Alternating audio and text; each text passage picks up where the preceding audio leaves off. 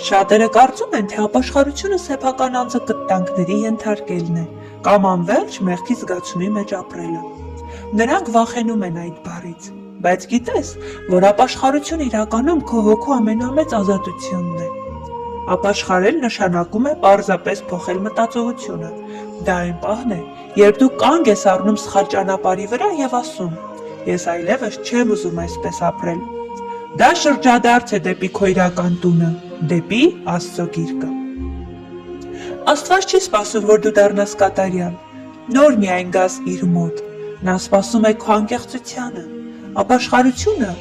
այն լվացարանն է, որտեղ քո անցյալի բոլոր սև կետերը մաքրվում են Հիսուս Քրիստոսի արյունով։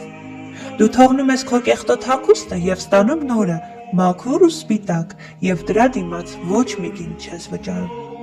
Մի վախեցիր խոստովանել քո սխալները, ամենամեծ սխալը դրանց մեջ մնալն է։ Այսօր Աստված քեզ հրավիրում է ոչ թե դատաստանի,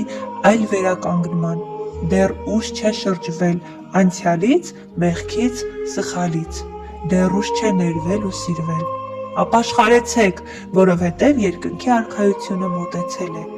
Արի Տիրոջ մոտ, հենց հիմա։